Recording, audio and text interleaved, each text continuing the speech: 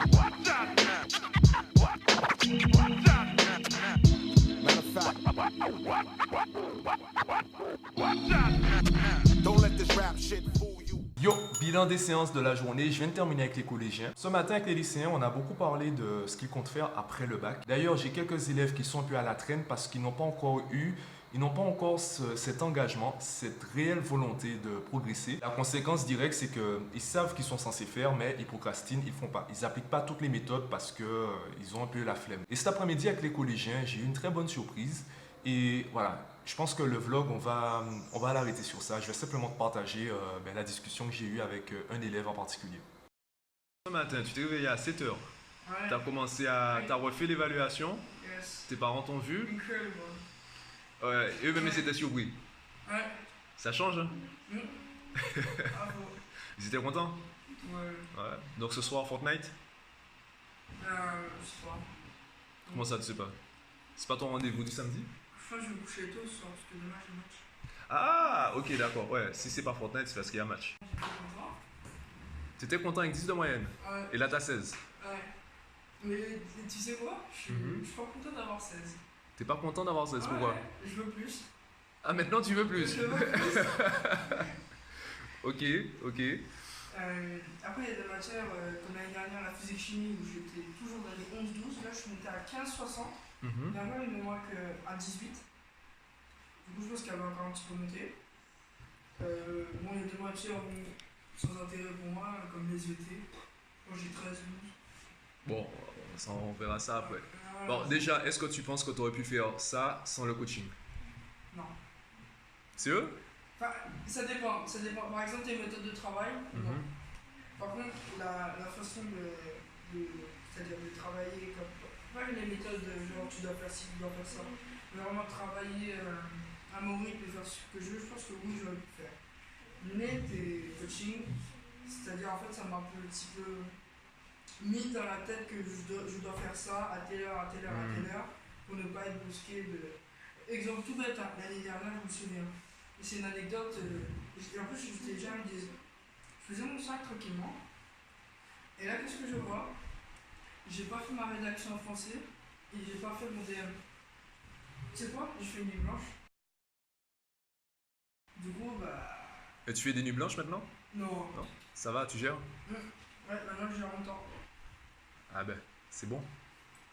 On peut faire un peu d'équation, s'il te plaît. C'est toi qui vois, hein, c'est toi qui choisis. Hein. Vous qui décidez, hein, vous êtes déjà autonome. Hein? On a 2 heures, c'est vous qui voyez. Hein. Moi, je vous donne les exercices, c'est vous qui travaillez. Donc, si vous voulez faire 3 chapitres, ça veut dire qu'il faut travailler pour avoir le temps de faire 3 chapitres.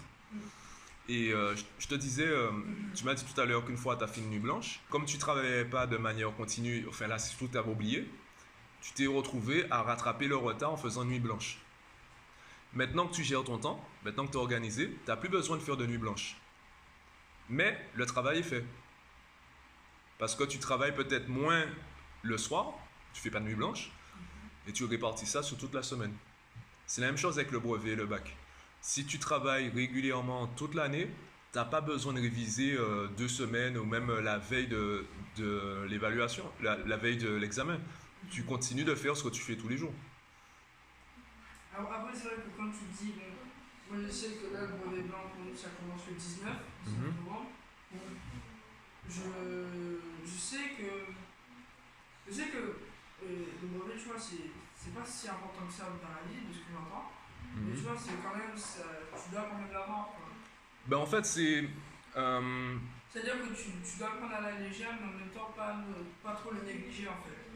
Bon, ben, tu sais, j'ai fait une vidéo que j'ai publiée sur TikTok qui parlait de ça. Je crois que vous avez parlé de ça samedi dernier. Pourquoi on vous enseigne le théorème de Pythagore en 4e, par exemple? Ah oui. Voilà. Aujourd'hui, pour l'instant.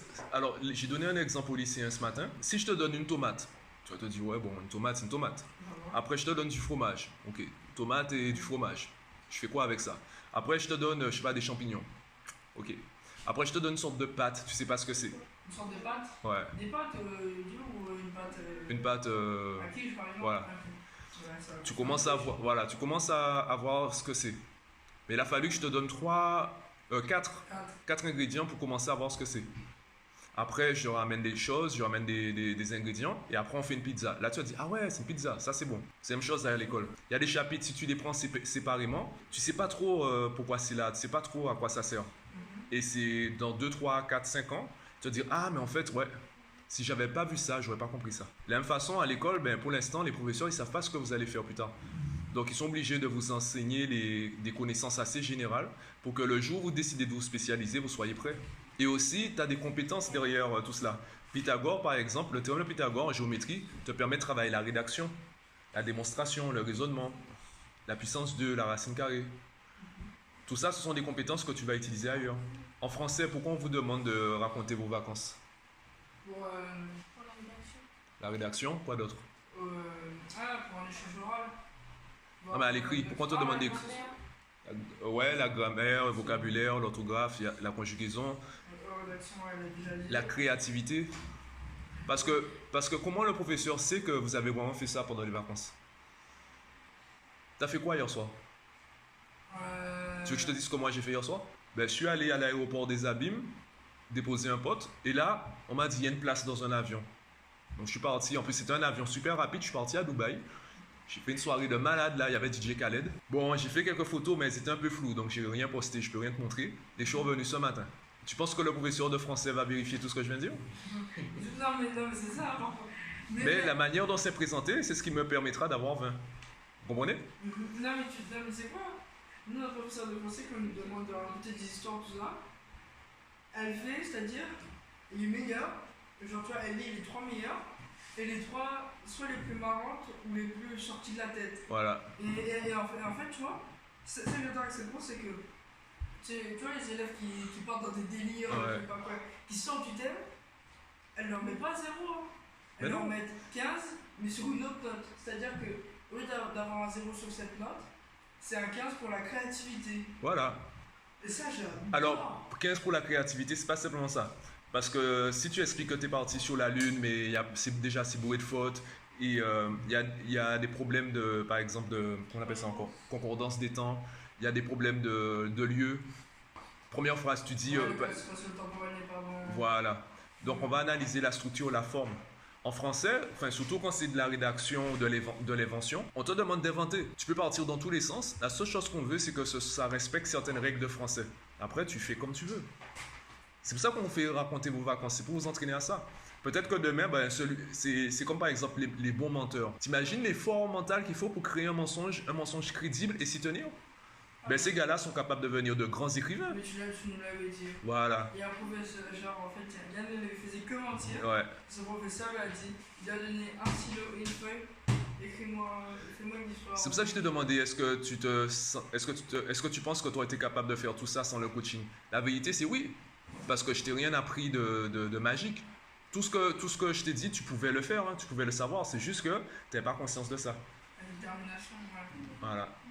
J'ai rien inventé chez toi, j'ai rien créé chez toi. Tout ça, tu étais capable de le faire. Fallait juste en prendre conscience. Ok? Juste pour préciser, il a eu cette progression fulgurante en un seul trimestre. Il est passé de ce qu'il m'a dit 11 de moyenne. Il est habitué à des 11 de moyenne en maths. Là, il a eu 16 de moyenne à la fin d'un seul trimestre et on n'a fait que 3 mois de coaching. D'ailleurs, aujourd'hui, je partage un carrousel sur les différences entre soutien scolaire et coaching. Avec lui et avec les groupes, en fait, je fais du coaching. Ça veut dire que sur les 2 heures, les mathématiques, on travaille peut-être les maths, allez, maximum 30 minutes, 45 minutes. Je leur dis surtout que vous avez 7 jours dans la semaine pour travailler. C'est pas durant les 2 heures de séance qu'on a ensemble qu'il faut travailler. Non, il faut que le travail soit fait avant la séance. Comme ça, durant la séance, on peut programmer la semaine suivante. On peut travailler, se préparer pour la prochaine évaluation. Et pour moi, c'est ça la différence entre coaching et soutien scolaire. Sinon, je rappelle que je suis en train de lancer une nouvelle offre de coaching sur la Guadeloupe concernant les parents d'enfants au primaire, 6e et 5e. Donc, je t'invite à cliquer sur le lien en description de la vidéo si tu es concerné pour remplir un sondage. Ça permettra de savoir qu'est-ce que les parents attendent du coaching et quelle est l'offre qui serait la plus adaptée pour les parents. Puisque c'est bien que je parle, mais il faut aussi que je propose des choses qui soient adaptées au public cible. Donc, je t'invite à cliquer sur le lien en description de la vidéo pour répondre au sondage et me partager ton avis. Voilà, à demain. Don't let this rap shit fool you.